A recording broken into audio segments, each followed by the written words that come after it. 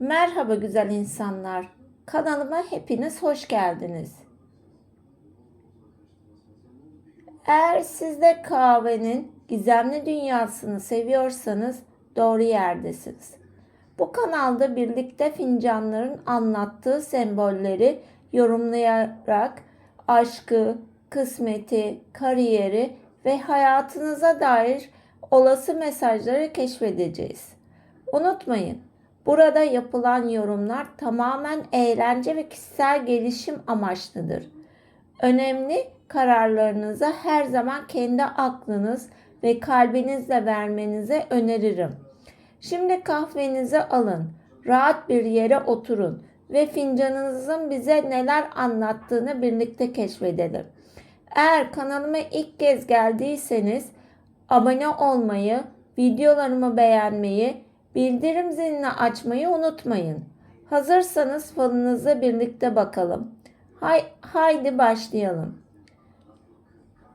Şöyle fincanın iki elimle tutuyorum.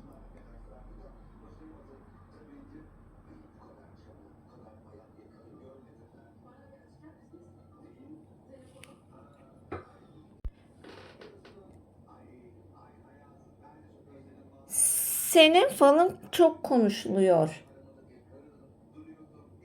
Hatta öyle ki bazı fincanlar sessiz olur. Ne kadar baksan da birkaç sembol dışında bir şey vermez. Ama seninki öyle değil. Senin fincanında sanki yaşanmışlıklar üst üste birikmiş, bir yandan yorgunluk, bir yandan umut ve en önemlisi kapanan bir dönem, açılan yeni bir kapı. İlk dikkatimi çeken şey fincanın tam ortasındaki beyaz açıklık oldu. Bu açıklık bana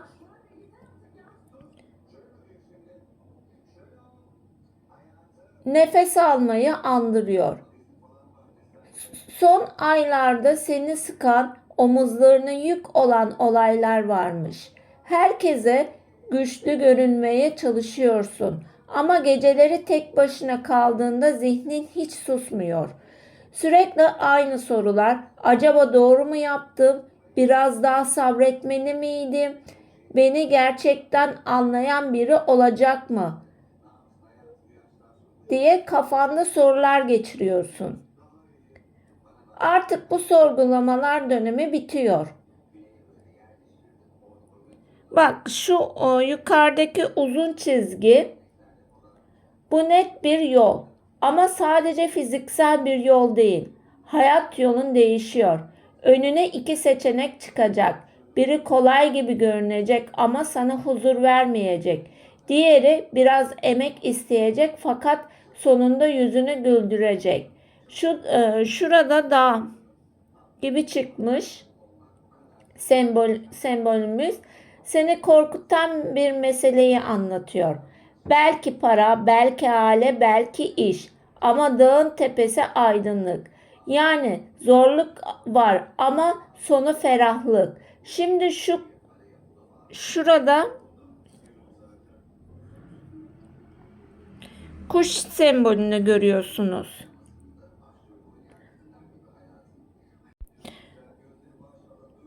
Kuş beklenen haberdir. Bu haber öyle sıradan değil. Telefon çaldığında ya da mesaj geldiğinde birkaç dakika sadece ekrana bakacaksın. Gerçekten oldu mu diyeceksin. İşte bu fal bu anı gösteriyor. İki insan sünneti görüyorum.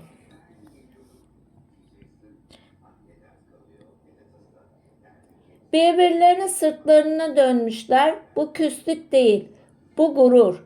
İkiniz de birbirinizi düşünüyorsunuz ama ilk adımı atmaya çekiniyorsunuz. Fal'ın söylediği şu, bazen kazanan haklı olan değil, ilk konuşan olur. Bir kalp görüyorum. Bakın şurada bir kalp görüyorum. Ama bu kalp tamamen kapanmamış. Ortasında küçük bir çatlak var. Bu geçmişten kalan kırgınlık. Sen birbirini güvenmek istiyorsun ama aynı şeyi yeniden yaşamaktan korkuyorsun. Bu yüzden insanlar seni güçlü sanıyor Aslında sen sadece dikkatli davranıyorsun. Bak şurada anahtar var. Anahtar görüyorum. Anahtar sembolü yeni bir başlangıç, yeni ev, yeni iş, yeni şehir ya da yeni bir hayat. Bir kapı açılıyor ve sen o kapının önünde biraz duracaksın. Çünkü geçmişi bırakmak kolay olmayacak. Ama geçtiğinde iyi ki cesaret etmişim diyeceksin. Dibindeki beyaz alanın şekli bana bağlılığı anlatıyor.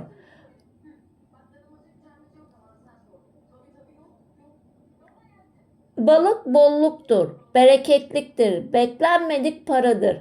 Belki bir borç kapanacak, belki uzun zamandır beklediğin ödeme gelecek.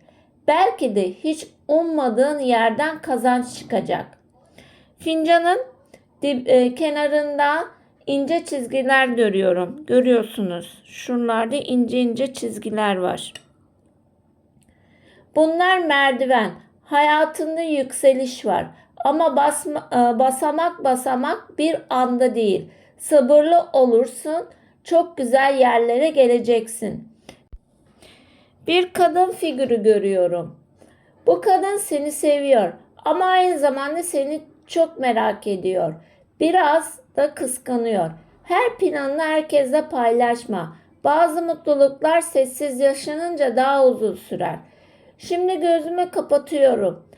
Fal bana tek bir cümle söylüyor. Geçmiş seni tanımlar ama geleceğini belirlemez. Sen uzun zamandır aynı yükü taşıyorsun. Artık bırakman gerekiyor. Çünkü önünde gerçekten güzel bir dönem başlıyor. Ve inan bana, bu fincanın enerjisi uzun zamandır gördüğüm en güçlü fincanlardan biri. Senin falın kolay açılan bir fal değil. İçinde çok yoğun enerji var. Son zamanlarda hem zihinsel hem de duygusal olarak çok yorulmuşsun. Bir konuyu sürekli düşünüyor, kendi içinde çözümlemeye çalışıyorsun. Ama dışarıya bunu pek belli etmiyorsun. Fincanda gördüklerim semboller bu kadar. Şimdi tabak falını geçiyoruz. Tabağımızda ne çıkacak?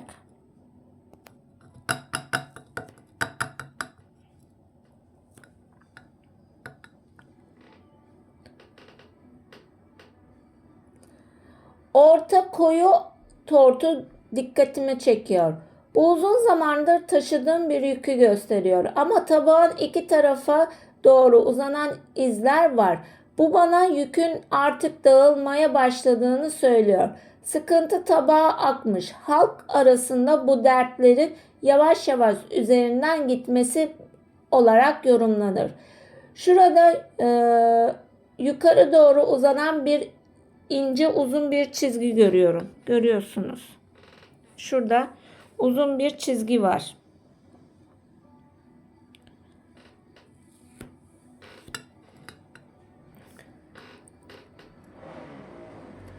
Bu çok güzel bir işaret. Bu çizgi bana yükselişi anlatıyor.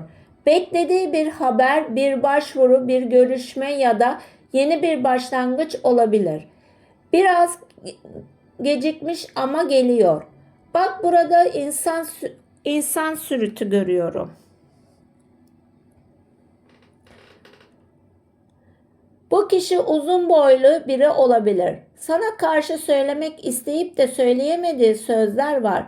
Gurur yapmış ya da doğru zamanı beklemiş. Yakın zamanda senden haber alabilir ya da sana ulaşabilir. Şu yuvarlak halka, şurada görüyorsunuz, yuvarlak halka var. O bana yüzük sembolünü hatırlatıyor. Bu her zaman evlilik anlamına gelmez. Bazen ciddi bir anlaşma, bazen yeni bir ilişkinin sağlam temeller üzerine kurulması anlamına gelir. Kalbini meşgul eden biri varsa onunla ilgili önemli bir konuşma görünüyor. Bir kuş figürü seçiyorum. Kuş haber demektir. Özellikle sabah saatlerinde alacağın bir telefon ya da mesaj seni şaşırtacak gibi duruyor. Bak bu kadarını beklemiyordum diyeceğini bir gelişme olabilir. Şurada küçük küçük bir göz şekli var. Bu bana nazarı anlatıyor. Son zamanlarda enerjinin biraz düşmüş olabilir. Her planını herkese paylaşman iyi olur. Paylaşmaman iyi olur. Bazı insanlar seni istemeden de olsa kıskanıyor olabilir. Bir balık figürü görüyorum. Balık bereket demektir. Maddi anlamda eline geçecek bir para ya da beklediğin bir ödeme var. Büyük bir servet değil belki ama seni rahatlatacak kadar önemli bir miktar. Sen çok seven birisinin ama kolay güvenemiyorsun. Bir kez kırıldığında uzun süre toparlanamıyorsun. Falında iki kalp birbirine yaklaşmış ama aralarında ince bir çizgi var. Bu çizgi gururu temsil ediyor. Eğer hayatında biri varsa aranızdaki mesafe konuşmayla kapanır. Bekarsan yeni bir tanışacağın kişi sakın olgun ve güven veren biri olacak. Tabağın alt kısmındaki akıntı bana yolu gösteriyor. Kısa bir seyahat ya da şehir dışına yapılacak bir ziyaret görünüyor. Bu yolun sonunda güzel bir buluşma var. Bir kadın figürü de belirgin.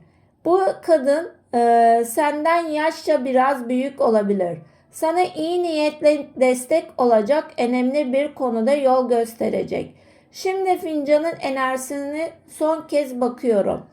Falın bana tek bir cümle söylüyor. Uzun süredir beklediğin kapı açılıyor. Ama önce geçmişin yükünü bırakman gerekiyor. Önümüzdeki 1 ile 3 vakit içinde peş peşe gelişmeler yaşayacaksın. Önce bir haber, ardından bir görüşme. Sonra da seni sevindirecek bir karar görünüyor. Son olarak içime doğan bir şey var. Sen son zamanlarda bile bir dilek tutmuşsun. Bunu kimseye tam anlatamamışsın. Falın o dileğin gerçekleşmesi için yolun açıldığını söylüyor. Sabırla beklersen beklediğinden daha güzel bir sonuç alma ihtimalin yüksek. Şimdi fincanını